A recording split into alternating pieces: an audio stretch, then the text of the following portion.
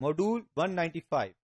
This module is related with anti-globalization phenomena, where we are trying to understand the globalization process of this anti-globalization movement. Whenever we are talking about globalization, then there were some perspectives regarding globalization. People were expecting something. Just like the supporters, they have the view that it will help to improve trade, and more trade will make sure that everyone is going to get better off. Because trade is allowing to do specialization, it will help to produce maximum output with a minimum possible cost, which will reduce the prices, and it will allow masses or large number of people to buy the products. Basically, that was the major theme. Secondly, trade links are going to establish across countries, and they will encourage human rights, because automatically when more people are connected with the global phenomena, or more countries are interconnecting, then definitely every country's internal affairs are going to be obvious for other countries or the rest of the world. And then to make good repute, every country try to follow the legal rights of their human. Internet is another prospect which is going to engage the neglected society, that part of the society which is not going to be integrated with the whole social phenomena.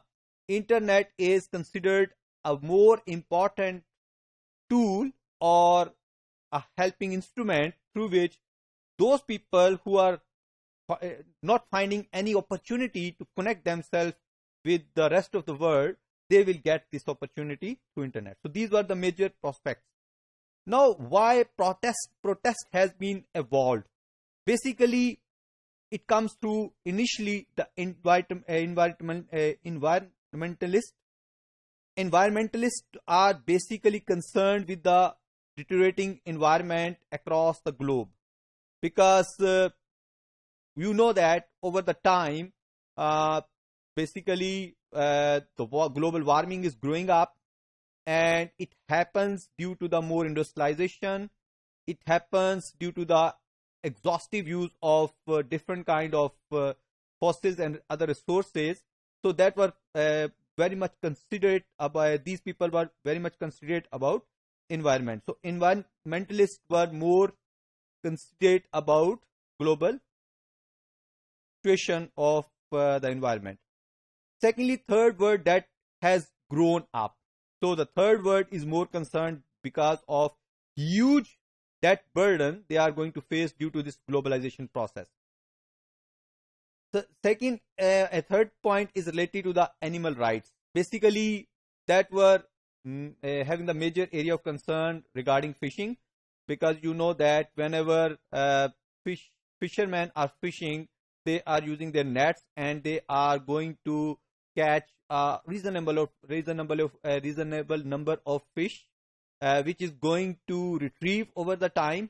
But now what is happening, due to the multinational corporations which are coming, and they have the huge nets, and their whole ship has that kind of machines, tools and equipment through which they are going to catch lot number of fishes in a one push, and then they are going to make more wastage of those fishes which are not required for their processing. So child labor is another prospect, because the poverty and the opportunity costs, they bound the developing countries to send their children for the job instead of education purpose or schools. Even they don't have sometimes opportunity to send their children to school if these opportunities are still there, but the cost is high, or they are so poor that they need a meager amount of earning which is being performed by their children. Then anarchism is another problem, because the global justice and coercive governments have created more anarchies across the world, because you know that over the time, unilateralism, single countries government type of situation is going to create same kind of mindset is required across the world. So people having the different mindsets, they are going to face more problems in their own country. Oppositions to multinational is also there because multinational corporations are growing and they have more power and they are genuinely wiping out the local producers. So this is major concern for, because local producers are going to generate more productivity within the economy, as well as they are ensuring jobs and sources of income. The basic source of this is given here. You may further explore it. Some of the opponents view have this: the individual economies are integrated, so they have become more dependent to each other. So their independence is going to be compromised. Another perspective is related to the trade expansion, because trade has expanded a lot and a cultural war is going to set in. In some areas, even you will observe by yourself on media, most of the countries actually defeated in this culture war. They are incapacitated to sustain their culture or to defend their culture. Then the transnational corporation and multinational corporations, they are non-accountable as well as having huge power, because the local industries are accountable to their governments, but multinational corporations are neither accountable to their own homeland government or where they are going to work, even though there may be some restriction they have to follow. Monetary outflows has grown up, so it basically create huge problem for developing countries, because they have already meager resources, specifically this capital. If it is moving out of their country, they are in crisis. Target institutions were basically the World Trade Organization, IMF, and World Bank. World Trade Organization actually having the purpose of promoting free trade, and they have the perspectives that making free for dependent development, but imposing cost on developed countries are getting more benefit of this World Trade Organization, because they are making it free for the developed countries, but for developing countries it's not free. They are facing more cost because huge tariff, and they are incapable to sell their products across other countries.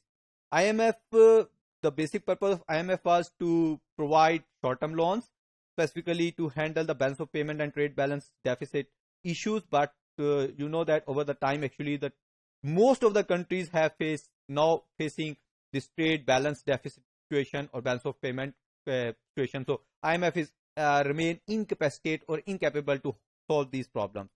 World Bank usually issued long-term loans for the development prospects, but if we observe the countries across the world, many developing countries are incapable to develop their productive capacity and generate more employment through these loans. So these are the major concerns for those who are opponent to the globalization process.